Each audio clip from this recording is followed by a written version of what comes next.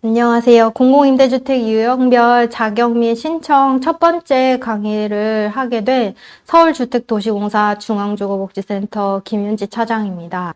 설명드릴 순서는 인트로, 임대주택 공통입주 자격, 공공임대주택 유형의 정리입니다. 인트로의 경우는 주거복지 로드맵 입장령, 그리고 공공임대주택의 공급 관련된 사항을 설명드리겠습니다. 집은 국가가 돈을 짓고 운영하는 집, 이것이 공공임대주택이고, 주거복지센터에서 상담을 하는 사람들은 무조건 공공임대주택이 제일 대표적인 상담 주거상향의 수단이기 때문에 꼭 알아야 하고, 이 집을 둘러싼 우리가 모든 지식들을 좀 한번 훑고 갔으면 좋겠다라는 생각으로 이 강의를 마련하게 됐습니다. 국토교통부 주거복지 로드맵 2.0의 경우는 요거 저희와 관련된 주거복지센터와 관련된 부분을 좀 짚고 넘어가자면 장기 공공임대주택을 240만 호, 그래서 2025년도까지는 현재는 달성하지 못하고 있는 재고율을 10%까지, 전체 주택 대비 공공임대주택이 10%까지 되는 것을 목표로 공공임대주택을 공급하겠다라는 내용이 있었고요. 그리고 영구 국민행복임대주택 등 통합 공공임대주택을 공급하겠다. 그래서 요거 관련해서는 아시다시피 임대주택이 유형이 너무 많고 소득도 다양하고 자격도 다양하고 동일순위 경쟁 추첨의 순서까지도 너무너무 복잡하기 때문에 이런 것들을 소득 수준에 맞는 임대료의 다양한 계층이 어울려서 거주할 수 있는 아주 단순한 제도로 설계를 하고 다 같이 저소득 계층이나 그다음에 중간 소득 계층들도 어울려서 살 수 있는 그런 통합 공공임대주택을 공급하겠다라는 것을 목표로 하고 있고, 그리고 주택이 아닌 곳에 거주하시는 분들, 쪽방, 고시원, 여인숙, 반지하 이런 데 사시는 분들을 찾아가서 이분들을 주택으로 다시 주거 상향하면서 주거 이동시키는 것들을 많이 하겠다라는 내용인데, 이 경우는 보증금, 이사비, 돌봄, 사후관리, 사례관리 관련된 비용도 이제 지원을 하겠다라는 내용이 주거복지 로드맵에 있습니다.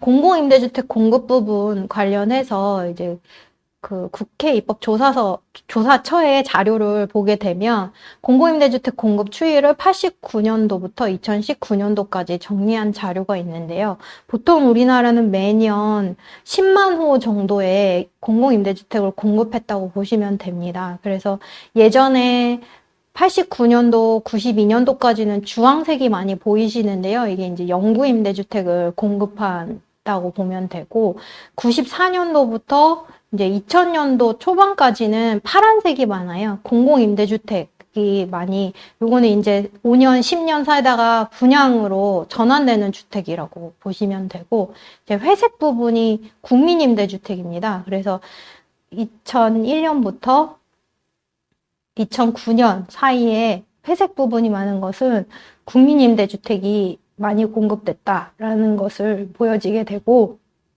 2010년부터 19년도를 보시면 다양한 색깔이 있는데 행복주택이라고 노란색이 2014년부터 많이 공급되게 됩니다.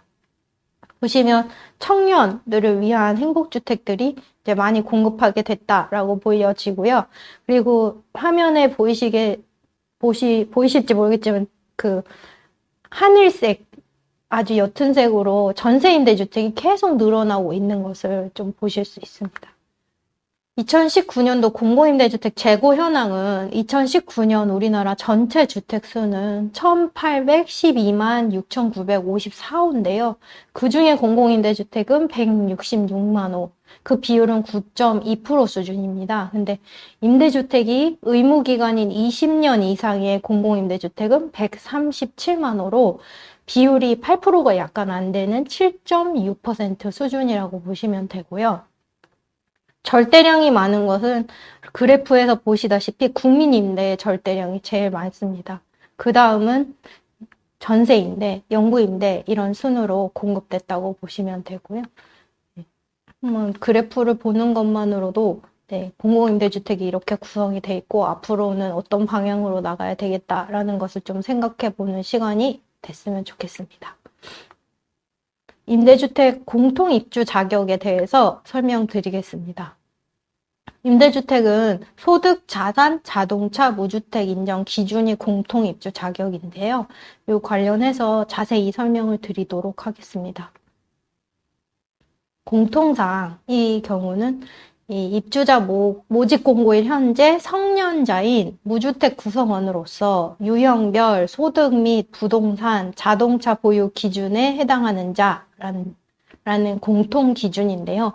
우리나라는 성년을 민법상 만 19세 이상으로 보고 있고 또는 세대주인 미성년자 이렇게 말하고 있는데요. 미성년자가 자녀를 양육하는 경우 그리고 직계 존속의 사망, 실종 신고 및 행방불명 등으로 형제 자매를 부양하고 있는데 그분들이 동일한 세대별에 있는 경우 그 다음에 외국인 부모와 미성년 자녀로 구성된 한부모 가족인 경우 이 경우 외국인의 부모가 법정 대리인으로 계약을 체결하게 됩니다.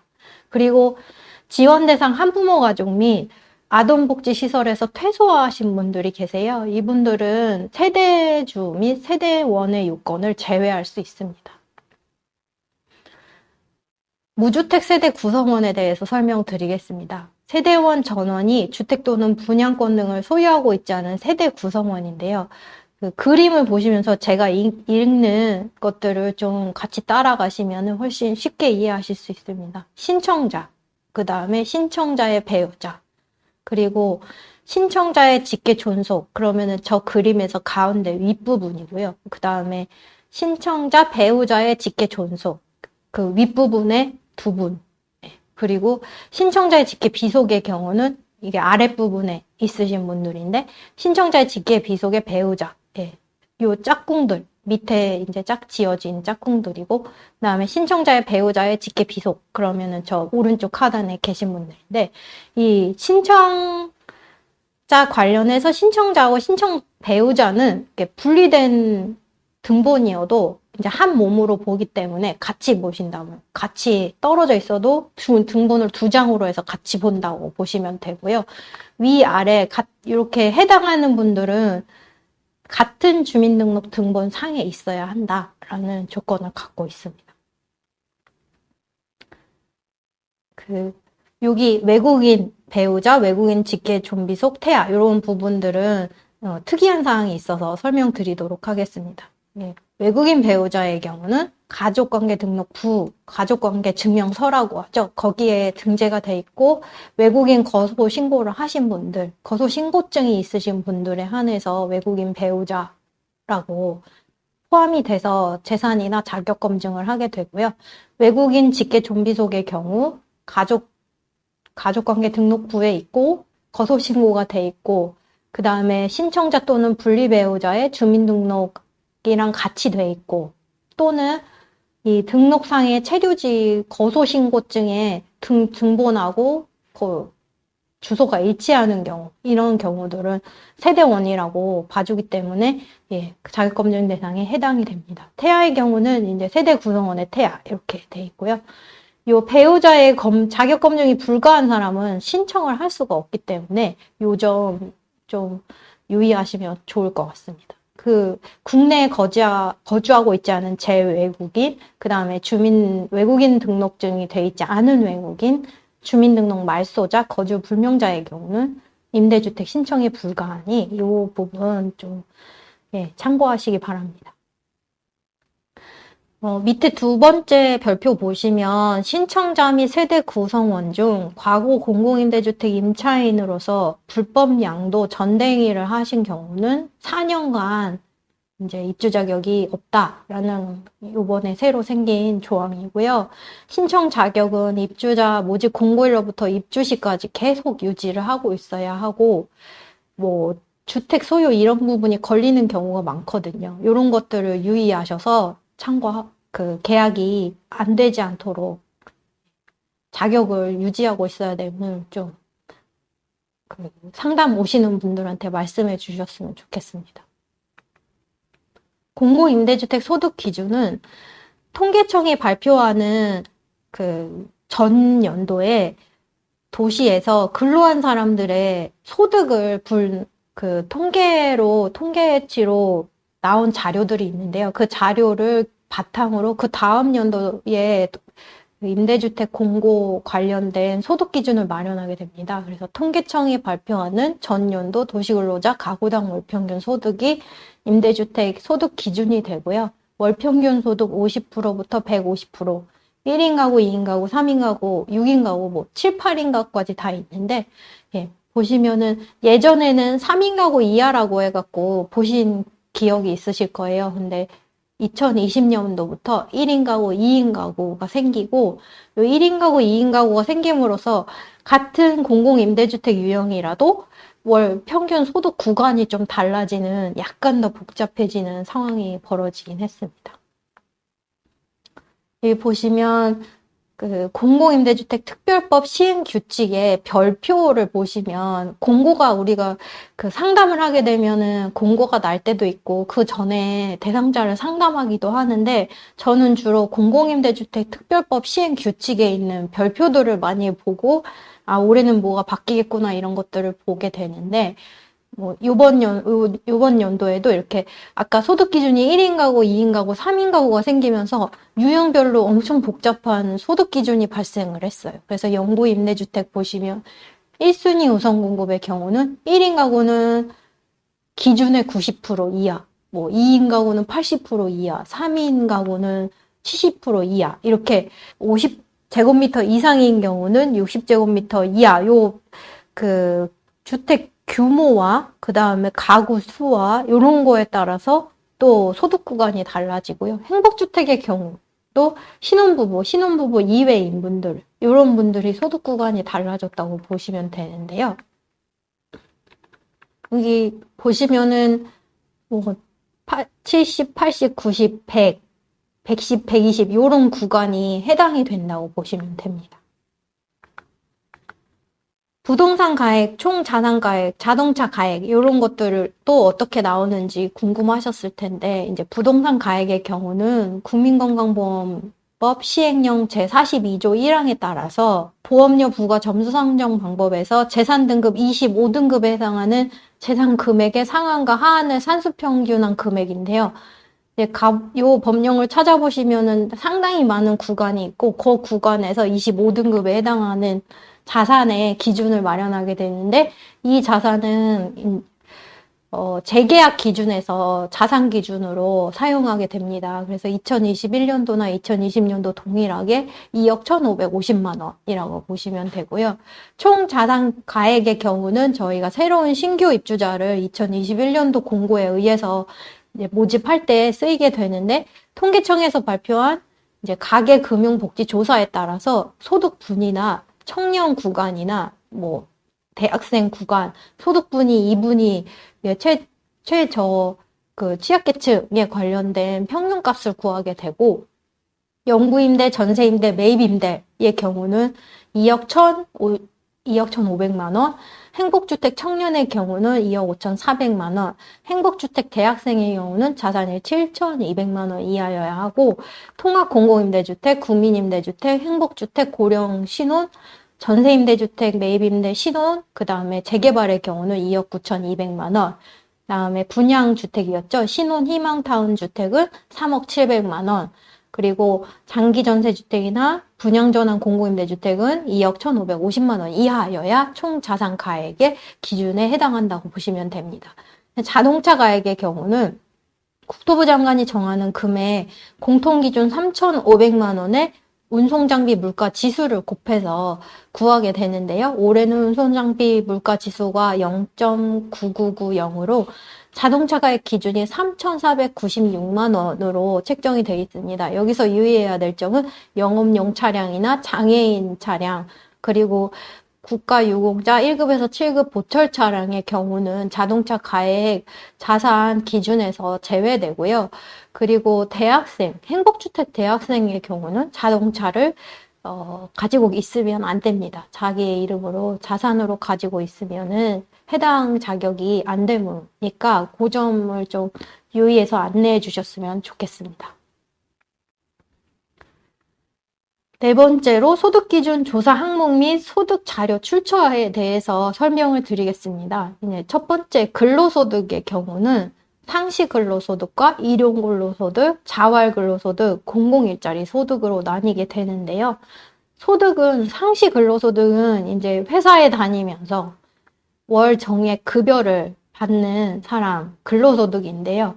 그 공적자료라고 하는데 이런 그 공공기관에서 월급이 요 정도다라고 인정해주는 경우에 공적자료라고 보는데 처음은 건강보험 보수월액 그래서 건강보험료를 내는데 이 건강보험료가 어느 금액, 내 급여가 얼마라서 얼마를 내야 되지? 이런 기준 금액이 있는데요. 그게 건강보험 보수 월액이 있고 건강보험공단에서 본인이 조회할 수 있게 되어 있습니다. 그리고 근로복지공단의 월평균 보수, 산재, 고용보험, 그리고 국민연금 표준 보수 월액, 장애인 고용공단 자료, 그리고 국세청 종합소득 이렇게 저희가 소득자료 출처를 갖게 되는데 이거는 사회보장정보 시스템이라는 데서 그 주기를 갖고 급여 정보를 갖고 있고 저희가 당첨자라고 이제 명단을 보내게 되면 그 시점에서 근로소득이나 일용 근로소득을 보내주게 됩니다. 그래서 출처는 이렇고 보통은 상시 근로소득자가 많기 때문에 건강보험 보수월액을 좀 찾아보시는 거를 권장드립니다.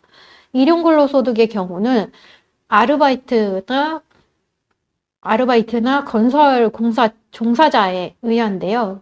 아르바이트의 경우는 고용주에게 3개월 이상 계속해서 고용하게 되면은 이제 근로소득을 신고하게 되어 있습니다. 그렇기 때문에 국세청 일용 근로소득 지급 명세서라는 게 나오고요.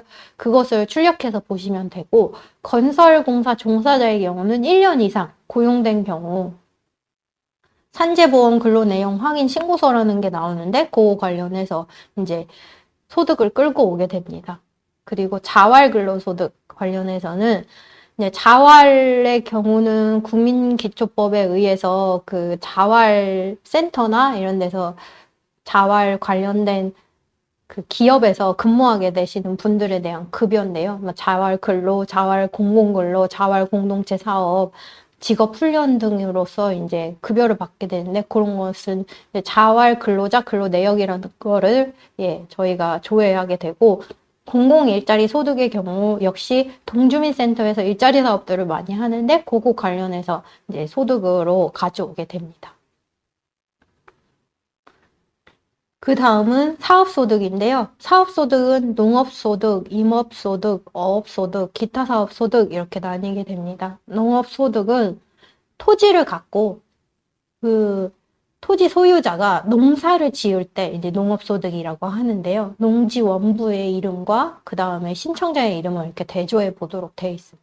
그래서 경종업, 과수, 원예업, 양잠업, 종묘업 이런 것들이 이제 그 땅의 성격에 따라서 이제 농사를 짓게 되시는데 그 농업 소득 그리고 임업소득에 관련해서는 여기 건강보험보수 월액에 영림업, 임산물 생산업, 야생 조수 사육업 뭐 이런 것들을 하게 되시는 분들 그리고 어업은 이제 어업에 종사하시는 분들 기타 사업 소득은 이제 도매업, 소매업, 제조업 그 다음에 기타 사업 이런 것들이 보통은 제가 소득 그때 판단할 때는 거의 국세청 종합소득으로 많이 했었습니다. 그래서 이런 것들을 준비하시거나 안내해 주실 때 이제 건강보험 보수 월액이 나오시는 분들도 있고 안 나오시는 분들도 있어요. 그럴 경우는 국세청 종합소득을 좀 떼서 한번 보시라고 안내해 주시면 좋을 것 같습니다. 그 다음은 재산소득인데요. 이것은 이제 재산에서 나오는 부가적인 돈이라고 보시면 되고 임대소득, 이자소득, 연금소득 이렇게 보시면 되고 임대소득은 동산, 부동산, 뭐 권리의 대여로 인해서 발생하는 소득 그리고 이자소득은 예금, 주식, 채권, 이자, 배당 관련된 내용이고 연금은 저희가 연금, 보험이나 저축을 들었을 때 발생하는 소득을 말합니다. 기타 소득의 경우는 수당, 연금, 급여, 뭐 기타 금품 같은 경우 공적 이전 소득이라고 하는데 이런 것들이 이제 잡히게 되면 여기 보시면 뭐 우체국 연금, 실업급여, 근로복지공단 산재보험급여 이런 것들이 있는데요. 이런 게 소득으로 잡힌다고 보시면 됩니다. 그래서 이게 세 번째 그 별표 보시면 상시 근로자의 건강보험공단 건강보험 보수 월액 조회 방법이 있는데 국민건강보험공단 홈페이지 가셔서 민원 신청, 개인 민원, 조회 발급, 직장보험료 개인별 조회 이렇게 따라가시면은 건강보험 보수 월액을 조사해 보실 수 있고요. 그리고 상시근로자 소득 관련해서 사회보장정보 시스템의 경우는 이제 여러 개가 조회될 경우는 우선순위를 두는 경우가 있으니까 이 점을 좀 참고해 주시면 좋을 것 같습니다. 그리고 만약에 이게 조회된 것들이 조금 안 맞다라고 하는 경우는 소명의 기회도 드리거든요. 이런 소명의 기회가 왔을 때 증빙 서류를 빨리 가져가셔서 원래는 내 소득이 이게 아니다를 증빙을 하셔야 할 것 같습니다. 자산의 경우는 부동산, 자동차 이렇게 있는데 부동산은 아시다시피 세대원 전원이 가지고 있는 부동산 가액이고 토지, 건축물. 근데 이게 쉽게 생각하면은 이제 정부가 세금을 매길 때 어느 기준으로 하냐? 어느 기준으로 세금을 부과하냐? 보시면은 토지의 경우는 소유 면적 곱하기 개별 공시지가, 그리고 건축물의 가격은 공시가격 이렇게 있거든요. 그래서 건축물의 가액은 건축물 공시가격으로 하게 돼 있고요. 이제 만약에 공시가격이 없는 경우가 있으면은 이제 지자체장이 재산세를 부과하기 위해서 시가표준액 같은 것을 정하게 돼 있습니다. 그래서 그런 그 재산세 영수증 같은 것을 가지고 오는 경우도 있고요. 토지 같은 경우도 그 토지는 아시다시피 이 지분이 나눠져 있는 경우가 많아요. 그래서 그 본인에 해당하는 지분을 다시 곱해서 계산하는 경우도 있습니다. 그 이외에는 종중 소유 토지, 이거 좀 어려운데 그 상속으로 인해서 우리 집안이 갖고 있는 토지들이 있습니다. 그런 뭐 종중산이랄지 이런 것들이 그 뜻하지 않게 재산으로 잡히는 경우들이 있거든요. 이제 이런 것들이 처분이 금지되어 있다. 이거는 우리 종중 땅이라 내 재산이어도 내가 행사를 못한다라는 것을 사실관계를 입증하게 되면은 또 이거는 자산 관련해서 조금 저희가 이제 양해해주는 경우도 있고요. 자동차의 경우는 요게 이제 차량 기준 가액이라는 것이 저희가 그 대상자 관련해가지고 정보를 보내게 되면은 옵니다. 대상 가액이, 기준 가액은 보통은 취득한 그 다음 연도 만 1년으로부터 10%씩 계속 줄어드는 시스템이고요.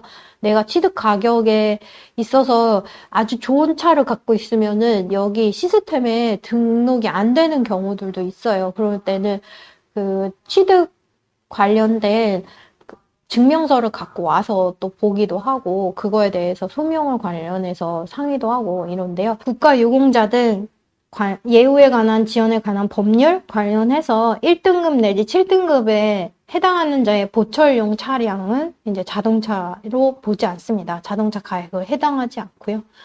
그리고 이제 여기 자동차 가액 산출 시에 친환경 차량 관련해서 자동차 가액이 보조금이 나와요. 이 전기차나 이런 것들은. 그러면 그거는 보조금을 제외한 금액으로 자산으로 잡는다라는 유의사항이 있습니다. 자산 중에 이제 금융자산, 기타자산, 부채 이렇게 돼 있는데요. 금융자산의 경우는 우리가 생각하는 예금, 적금, 보험 이런 거 다 들어간다고 보시면 돼요. 채권, 어음 이런 것들이 연금저축, 잔액, 뭐 납입액 이런 것들이 다 들어있다고 보시면 되고 저희가 이제 재산 축적을 위해서 그 쌓아놓는 현금 이런 것들이 다 들어있다고 보시면 됩니다.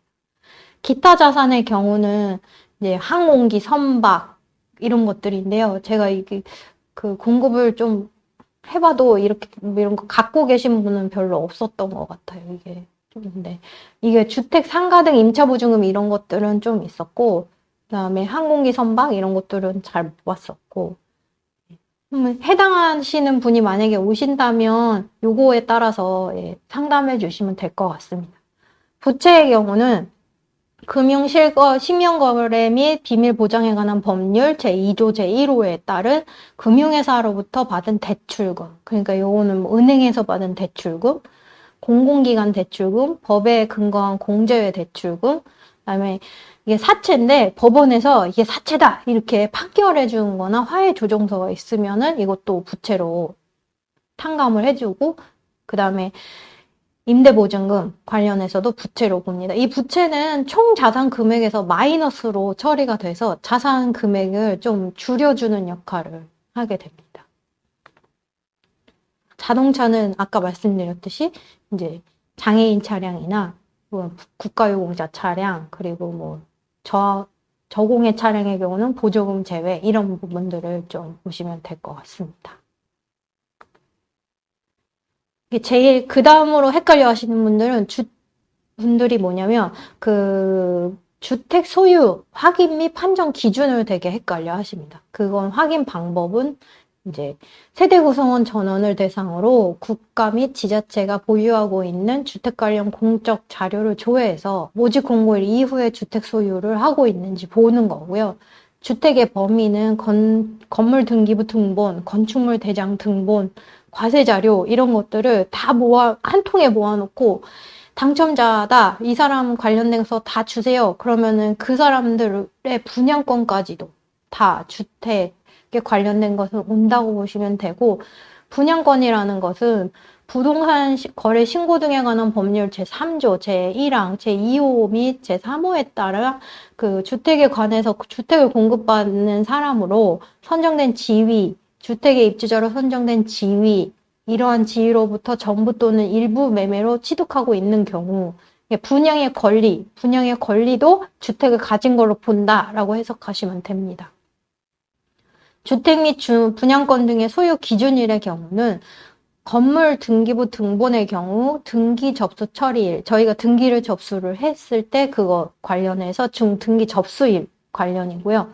그 다음에 건축물 대장 등본의 경우는 그 처리일로 기준하게 됩니다.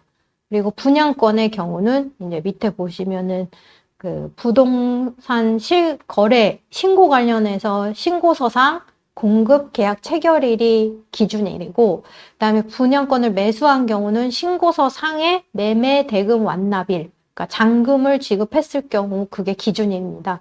그리고 기타 주택 소유 여부를 증명할 수 있는 서류의 경우는 시장 또는 군수 공공기관이 인정하는 날, 이렇게 돼 있고요. 예, 요게 기준으로 보시면 됩니다. 주택 또는 분양권 등을 소유하지 않은 것으로 보는 경우, 이 표는 언제 제일 많이 보실 수 있냐면, 임대아파트 입주민들이 주택을 소유했다라고 부적격을 소명해라라는 것들을 재계약 시에 되게 많이 갖게 되는데요. 이게 나도 모르게 시골에 있었던 집이 있거나 모르고 상속이 됐거나 막 이런 경우들이 많습니다. 그때는 한번 여기에 해당하는지 체크해 보시고 그 주택 소유가 아님을 옹호해 주시는 것들이 필요한데요. 뭐 상속으로 인해서 공유 지분이 취득한 사실이 판명되어 사업 주체로부터 부적격 통보받은 날로부터 3월 이내에 지분을 처분한 경우, 어머님이 돌아가셨어요. 그래서 이제 지분을 각자 나눠서 받았는데 이 받은 게 이제 부적격으로 나와서 그거를 처분을 하면 된다, 이런 소리인데, 이 상속으로 인하여 공유 지분을 받았다라는 것이 건축물 등기부 등본에 나와야 합니다.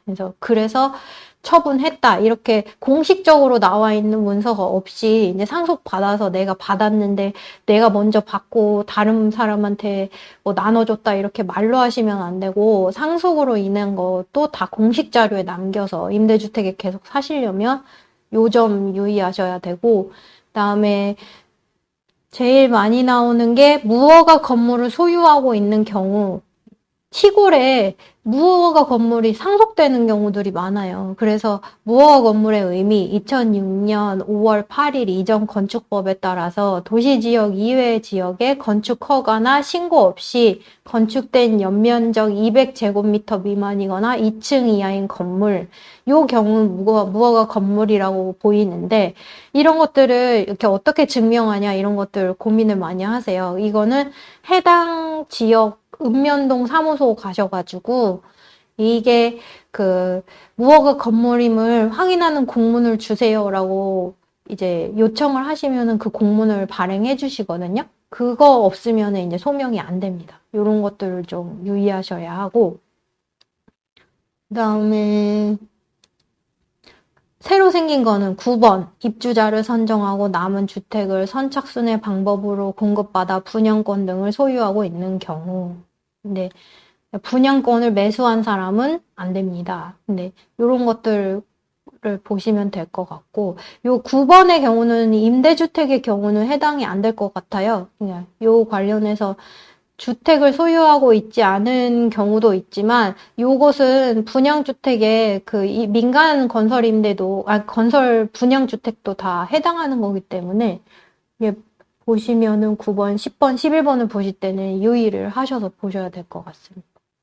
그리고 저기 제가 파란색으로 표시한 지분 소유 시에도 주택 소유로 인정이 되며 무주택으로 인정되더라도 자산, 부동산 가액에는 포함이 된다. 그러니까 자산의 가액에는 포함이 되는 것을 유의하셔야 합니다. 이상 소득, 자산 기준에 관련된 설명을 마치도록 하겠습니다. 이번에 세 번째로 공공임대주택 유형 관련해서 유형별 정의와 특징을 설명해 드리도록 하겠습니다. 공공임대주택의 유형별 법적 정의에 관련해서 일전에 공공임대주택 이렇게 바꿔라 라는 책에서 홍인옥 박사님이 이제 편집해 주신 내용을 같이 살펴보겠는데요. 영구임대주택, 재개발 임대주택, 주거환경 임대주택, 국민임대주택, 행복주택, 장기전세주택, 그다음 매입 임대주택, 전세 임대주택 이렇게 요런 주택은 무엇인가라는 정의가 법령에 나와 있는 것을 정리를 해주셨습니다. 그래서 공공임대주택 특별법에 나와 있는 정의도 있고요. 도시 및 주거환경 정비법에 나와 있는 정의도 있는데요. 국민임대주택 정의를 보시면 국가나 지방자치단체의 재정이나 주택도시기금법에 따른 주택도시기금의 자금을 지원받아 저소득 서민의 주거 안정을 위하여 30년 이상 장기 임대를 목적으로 공급하는 공공임대주택. 행복주택을 보시면 국가나 지자체의 재정에 따라 주택도시기금의 자금을 지원받는 경우 이제 대학생, 사회초년생, 신혼부부 등 젊은 층의 주거 안정을 목적으로 공급하는 공공임대주택 이렇게 나와 있죠.